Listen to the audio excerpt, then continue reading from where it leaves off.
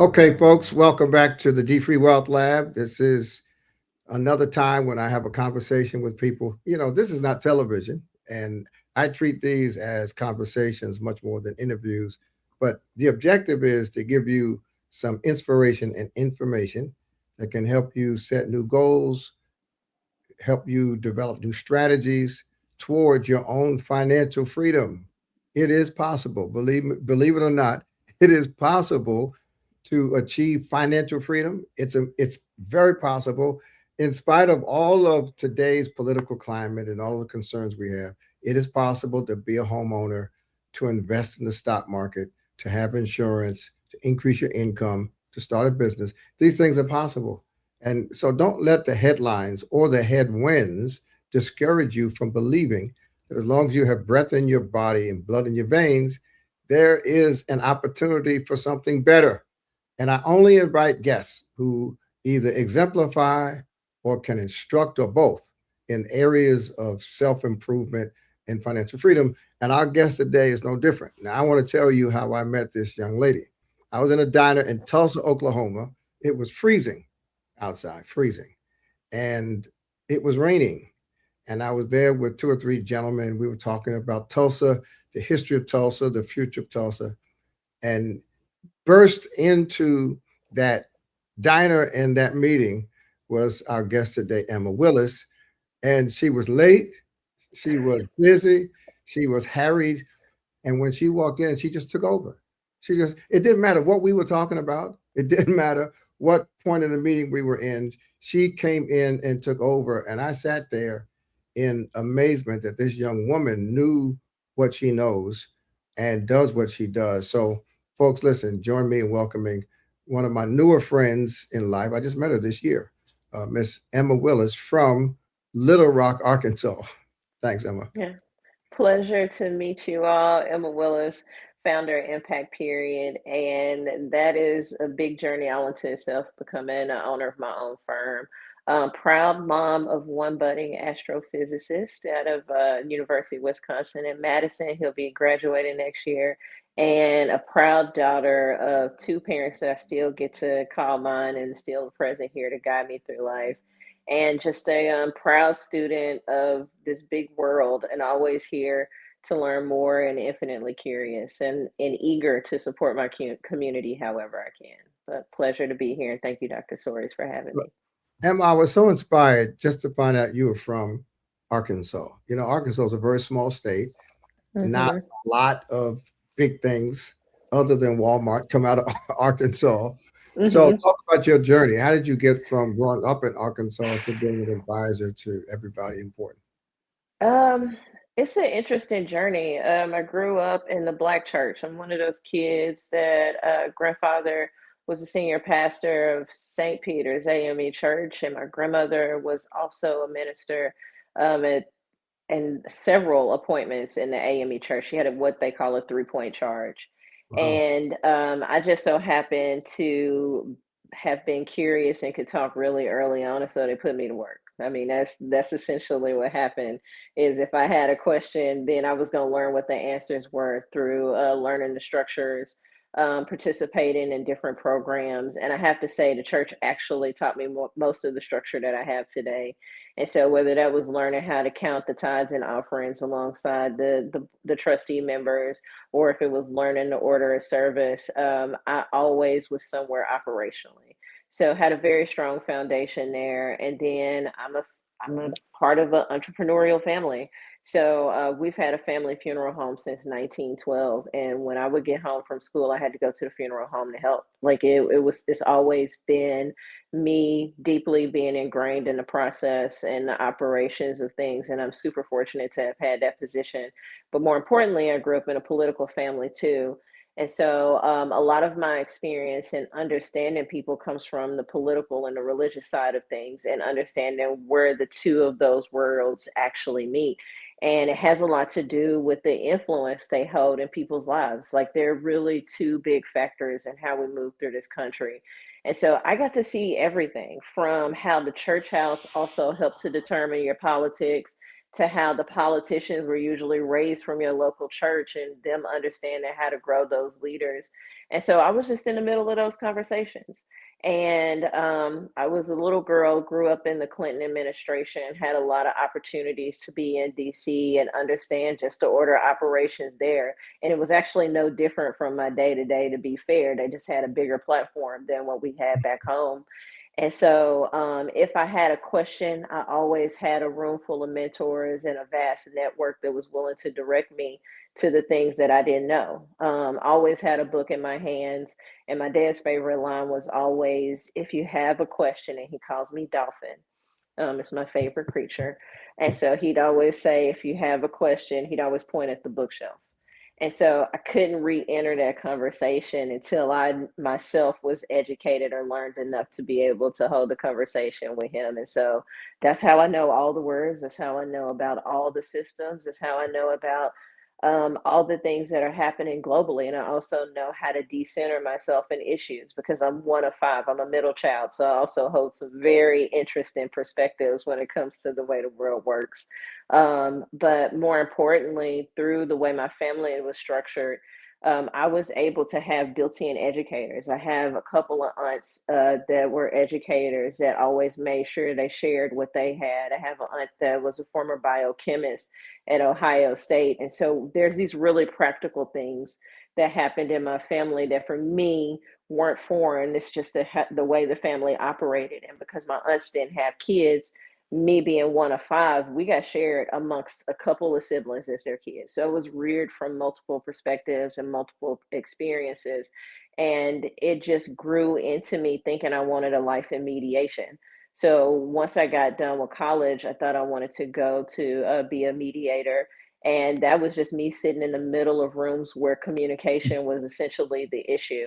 And that became a big trend in my life, understanding where miscommunication lies. And a lot of times it has to do with the fact that we really just aren't good listeners. And a lot of times we don't have the framing of the argument to understand what we're actually listening to and then what's at stake in those situations. And so needless to say, I did not become a mediator. My uncle, after I got married, let me know that there was no place for a young woman to be raising a son. And I got pulled into state government and ended up working for a constitutional officer. And from that position, I ended up in the state treasurer's office running the state's 529 plan. And so it was something I also didn't ask for.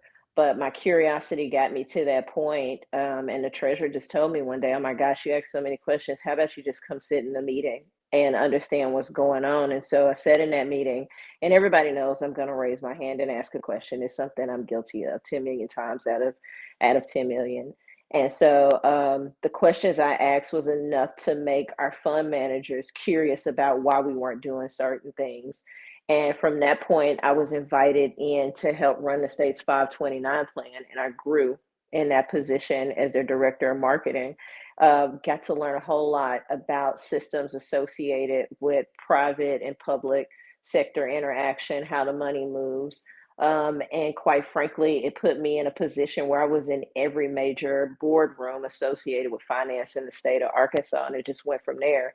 And it was a very difficult, but it was a nurturing space too, because a lot of those board members made sure I was caught up to speed on everything that we were talking about. They always put me in positions to be a thought leader. And quite frankly, they gave me the room to innovate in a space that probably nobody thought you could. And from there, I ended up launching technology from the state treasurer's office that got adopted to over 29 states and formally helped to be adopted in over 49, I think, total. And so ended up building the first app for the 529 space and was able to sell securities via an application. And you do that by the time you turn 30, there's a really hard next level to Yeah, level I up wanted to to. interrupt to make sure people understood that everything you just described was before you turned 30. Yeah, yeah, yeah, yeah. It was before I turned 30. So it's been an interesting journey from the standpoint that they really just turned me loose and let me get out there and do these things. And I never met a no, because anywhere there was resistance, there was always somebody willing to teach me how to get to the result I was looking for. And I just didn't give up. And so having to navigate state politics while also navigating boardrooms and super huge financial institutions, because at the time our fund managers were and still are Vanguard, BlackRock. And so I got to just interact with the best of the best. And those guys made sure that for anything that they were going to talk about, I was actually educated on. And I Yeah. think it's because of, But besides your formal education, yeah, so what my is formal yeah, education. you talk about you talk about your church. L. Michelle Smith wrote a book called Call and Response. She argues that the black church basically has produced more black leaders than any other institution. You talk about the church, you talk about the family. I used to, as a child, I used to ask my father how to spell a word. He said, "Go look it up." And I was like, "If I can't spell it, how can I find it?" But my father apparently went to school with your father. But Yeah. but besides all of this formal education, you have formal education. Hmm. What skills did you develop that allowed you to move from place to place? From the outside, they look like almost unrelated industries, right? Finance, technology, Hmm. consulting. What is the skill set? Because a lot of people have skills they don't know they have, Hmm. and you seemingly knew that you had skills, and so you allowed yourself to go into spaces where you had to literally learn and manage the space at the same time. So Yeah. what kind of skills is that? What identify them? Yeah, so I'll tell you the first and the biggest one was communication. I couldn't get anywhere unless I knew how to articulate or argue my position on anything. So that became really relevant for me is understanding how people communicate and what's going to get your attention. The other thing is, I mean, critical thinking. I'm just gonna be honest. It's a really big one. What it means to sit in a space, take in that information again, and be able to apply it back to a problem. The next thing that I learned is definitely the finance side. Like if I didn't know how to count in basic mathematics and money, I probably wouldn't be where I am, but understanding the financial systems ended up being a big piece for me as well. And then finally, the ability to be taught leadership, standing in a position where I could accept and receive criticism and feedback and Mm, not take it personally, but make it a more constructive part of my life. And I don't think people pay attention to what it is to build a leader. Um, but it takes a lot of the really hard work, which is introspect. A lot of time being able to step back and try to understand why the person called that thing out, understanding where to place it in the middle of that moment or that instance where sometimes it's hard to accept it and receive it, but know where to put it because it's meant to support you and your growth and not necessarily take anything away from you. And that's the other thing is understanding just the critique, just what it is to put yourself in positions that aren't always comfortable. mhm. And that's a muscle you build. I mean, a lot of times you only want to go places you're invited, but you know, what do you learn if you only go to the places that make you feel comfortable and make you feel safe? It means a lot to step outside of the norm and find the courage to and the willingness and the voice to be in spaces and speak up when you don't know the answer. Ask the question. So as we face a rapidly changing world, as people are finding themselves surrounded by and confronted by changes in the workplace, changes in society, changes in the government. So many people that I encounter, I'm sure you do too, who are just frozen. They're Mhm. intimidated, and what we spend a lot of our time doing is trying to help people develop that confidence, identify the skills they have and how to use them, how to develop the skills they don't have. So are we talking more mindset as a priority, or are we talking tools? In other words, is it my mindset that needs to be really harnessed so that I can be propelled, or is it just having the right tools to develop the kind of skills that you describe yourself as having? I'm definitely gonna go with mindset over tools because tools can be made. You actually don't know what you need to be equipped with until you have the mindset for growth, to be fair. And so that mindset is always going to be the most important part because if you ask me who I am, I'm 6 feet 8 inches tall. Okay. I'm really big in my mind.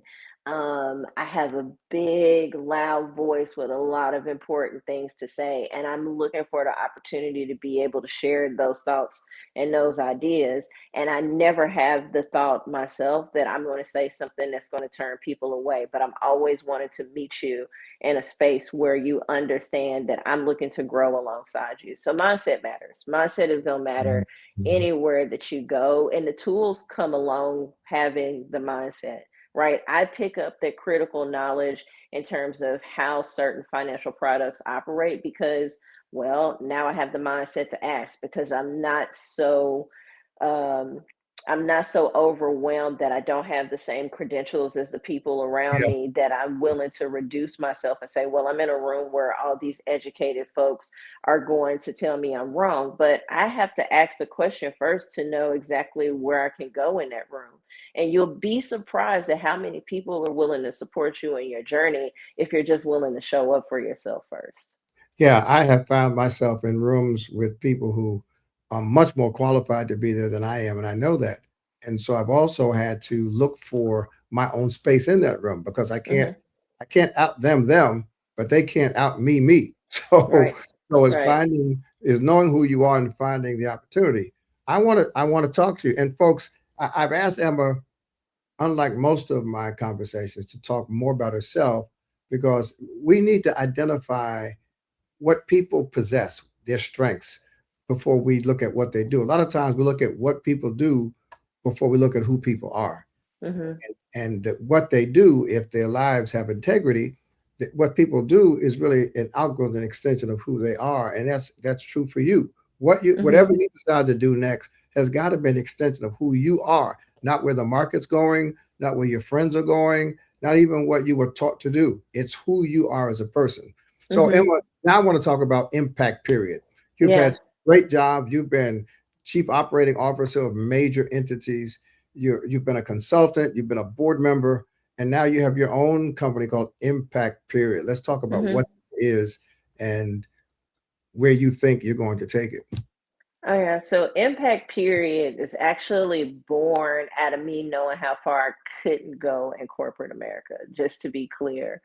And that's a headwind most people, once they get to a certain stage, like I was making a six-figure income, everything is exactly what I thought I wanted it to be, but there was this moment that just kept coming up where I knew a lot of the resources I had could actually go to work and actually create some measurable impact and not just be theater or just be the thing that was like buzzy and solve the momentary PR need. And I just got a lot of fatigue from that. And so decided to step out on my own back in 2023 and make a go at it, trying to create impact in spaces that look like organizations that were nascent, needing critical infrastructure, because it's something I'm really familiar with from an operation standpoint. How do I go out and shore up these organizations that are a lifeline to communities that really aren't doing great? And what they need is operations genius. What they need is governance. What they need is a better understanding of finance, the people who give them the resources, how Mhm. to structure those things so that they can pull down more resources, and how they can inevitably get to more impact, period. And so as I went along and as I was growing in this work, a lot of times I was getting calls from the most unlikely places, and it was people with these really big aspirations. And I learned I was going to have to start vetting a lot of their big hopes and dreams against what was reality. And a lot of times people will just take your money as a consultant or a firm or whatever. They'll just say, oh, we'll work at it, but they can't guarantee you an outcome. I have a different approach. I just won't take a client unless I can actually help them meet those critical milestones. Long story short, Impact Period has shown up to offer organizations foundational strength, make sure that they know how to reach in to philanthropic and institutional partners to be able to make that continued case for support and not just always rely on those resources, but ask for the resources in a way that allow them to sit in a position to understand that how now harnessing that financial power can move them into thinking about innovation instead of always holding a scarcity of base mindset or Mhm. position. And so that's what people deserve. If you're going to do the work, you are afforded and you should be given the opportunity to sit there with that problem, be able to critically adjust against it as the environment and the ecosystem shifts, and be able to make calculated decisions that show that you can continue to support your community based off of one, your own institutions like greatness and resources, instead of you always just having to worry about the fundraising or always worrying about the next piece of legislation that's going to come down that's going to cause you greater harm. My job is to make those assessments alongside you and put it in a perspective, or give you the perspective to be able to start looking around corners, be able to correct and adjust against the market, and then more importantly, lead, which is another thing people don't ever talk about when it comes to their organizations being great. Is your leadership getting what they need to be successful? And are they just out here with a life preserve on all the time, just kind of Mhm. barely getting by? And for me, I think we've done enough struggling. And as long as we've been a country, it's time for us to start using some of those tools that we have at our disposal to be successful and to make it into the next 100 years, because quite frankly, a lot of our cornerstone organizations are struggling. And that was somewhere I wanted to reach in, because guess what? I was the one giving them the money at one point, and I was the one supporting them. So why not take my institutional knowledge, take it back out into the community, and make sure people are able to get through these really tough times. So, Emma, how do you market your services? It's. I was in Houston last week talking to the Greater Houston Black Chamber of Commerce, and a lot of great ideas, a lot of great people, but most of them just don't know how to get to first base. They Hmm. have an idea, they have a service, they have a product, but how to get from conception to execution is a real challenge for a lot of our folks. So Hmm. how do you do that? You started in 2023 with an Hmm. idea. How did you get in front of the right people to generate sufficient business to stay in business even these 3 years?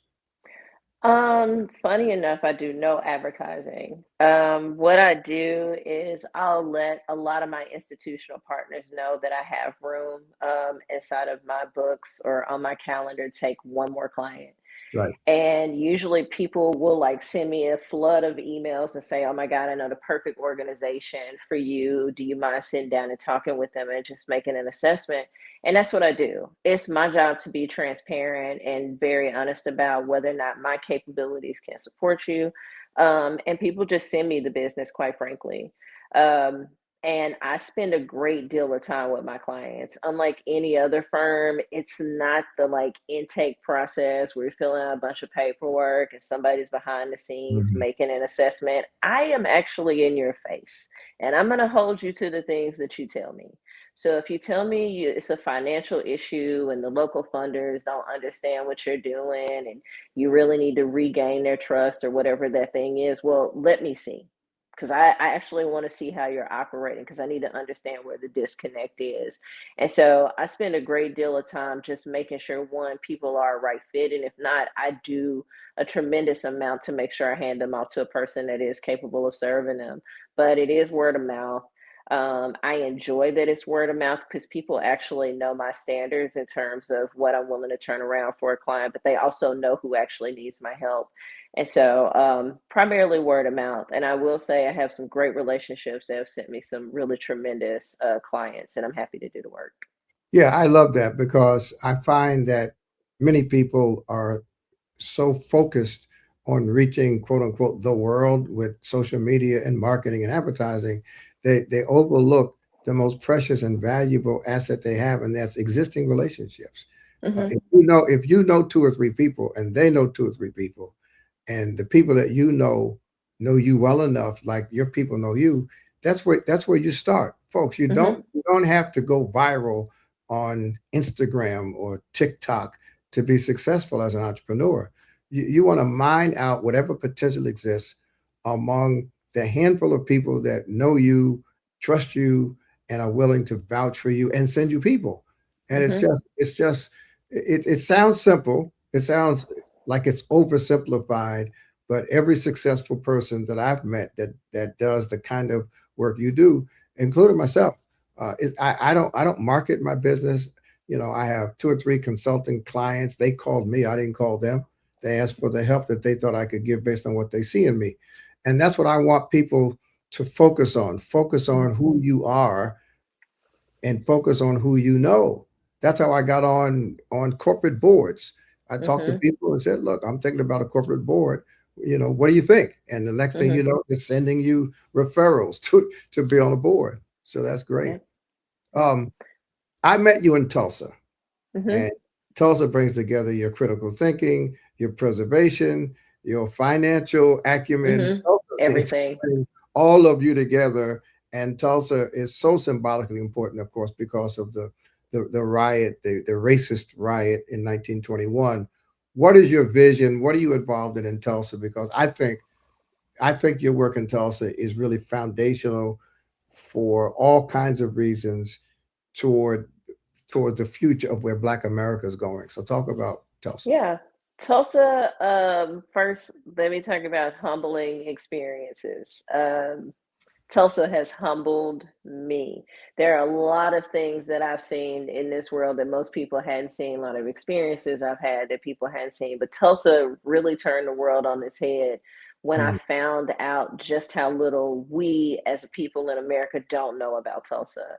Of course, there's the massacre in 1921 where so many thousands of people undocumented because we actually don't know the toll lost their lives in a 3-day massacre, and it stems from that same old story of somebody making a claim and a lynch mob being able to rove across the city and just harm countless people and decimate over 36 square blocks and over 1,200 homes, all in the course of like 72 hours, just decimated an entire, what was, I think they were technically the town of Greenwood, because they had to actually operate outside of the name Tulsa because they weren't given the same or afforded the same opportunities as an incorporated city.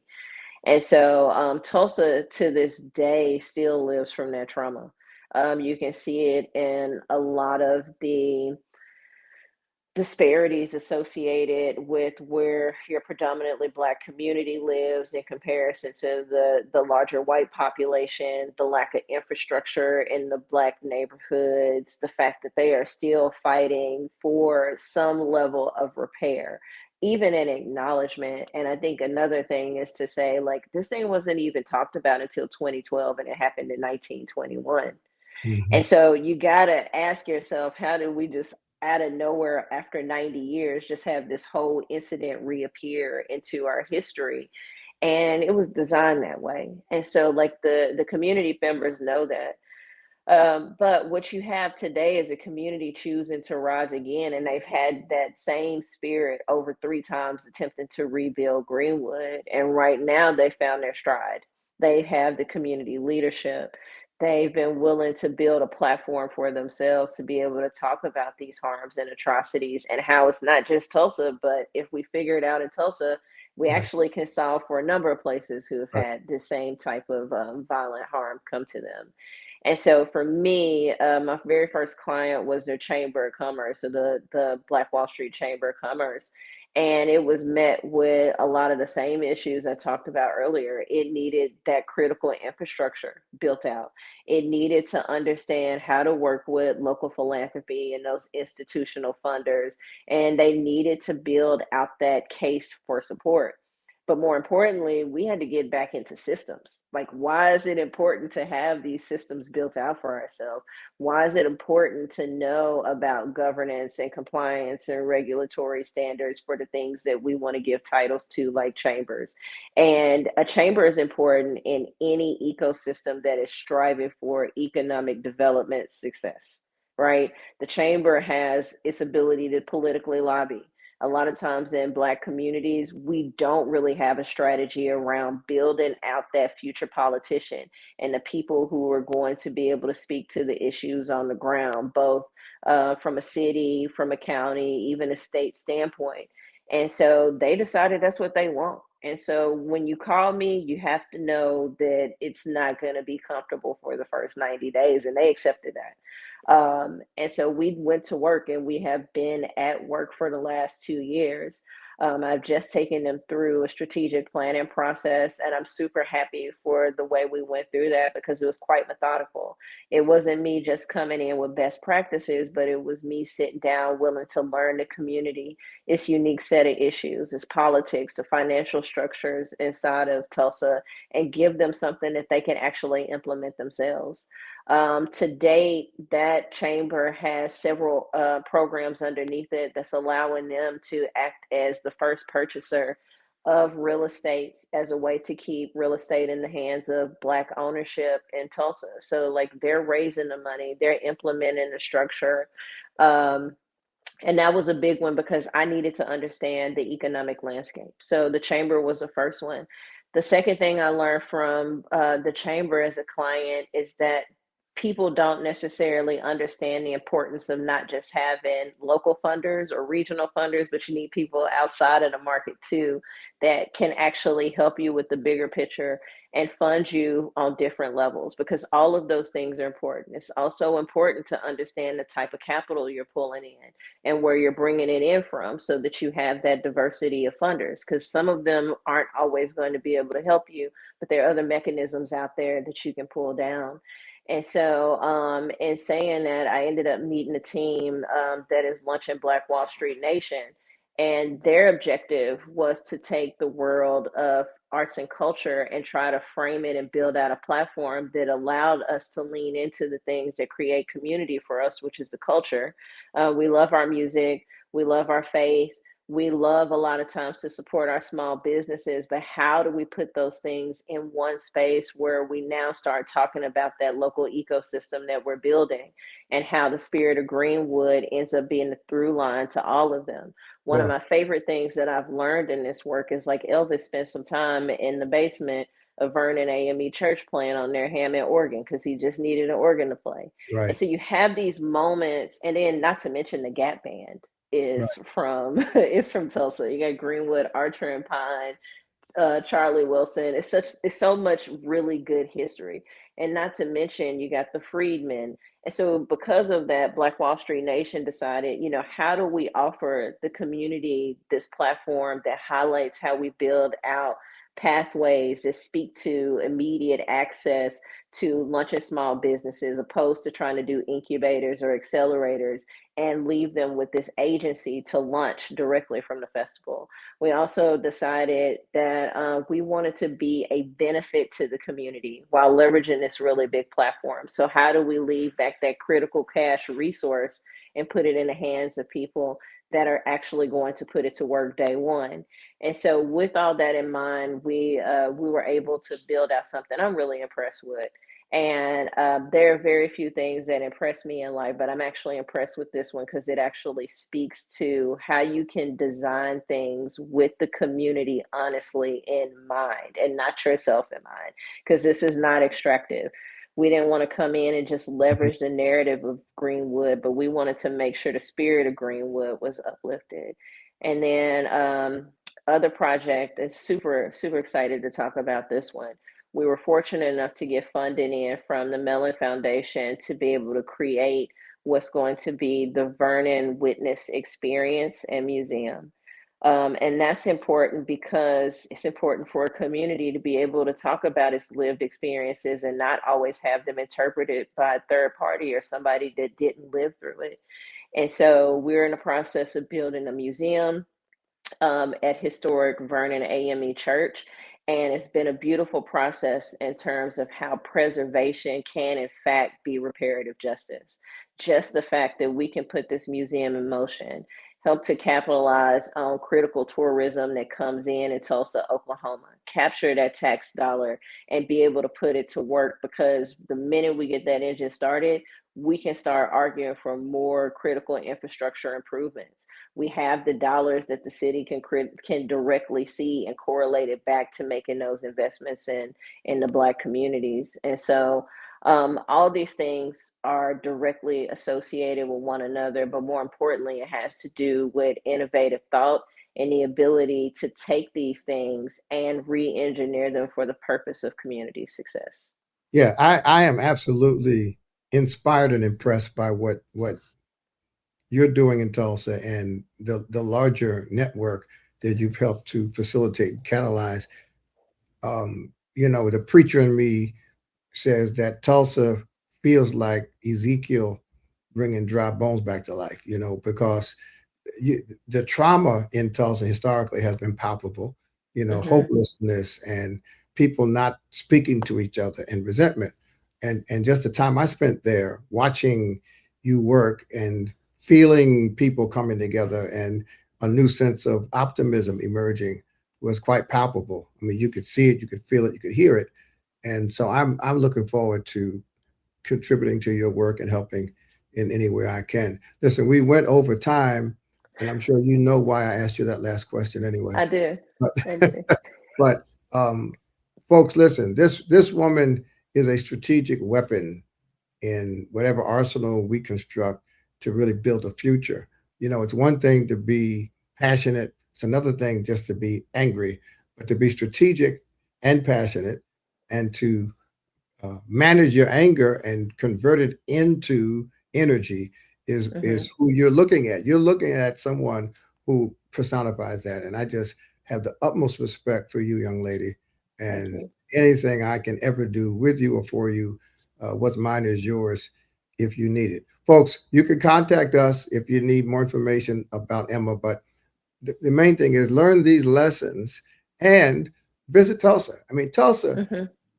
Tulsa is a whole show all by itself. I'm coming to the festival in September, and I'm going to invite other people to come with me. But this is Emma Willis. She's been talking about her company, Impact Period, her history from Little Rock, Arkansas, her growing up in the AME church. I want to talk to you about the AME church in Mississippi, by the way. And we just bonded together based on our mutual interest in solutions.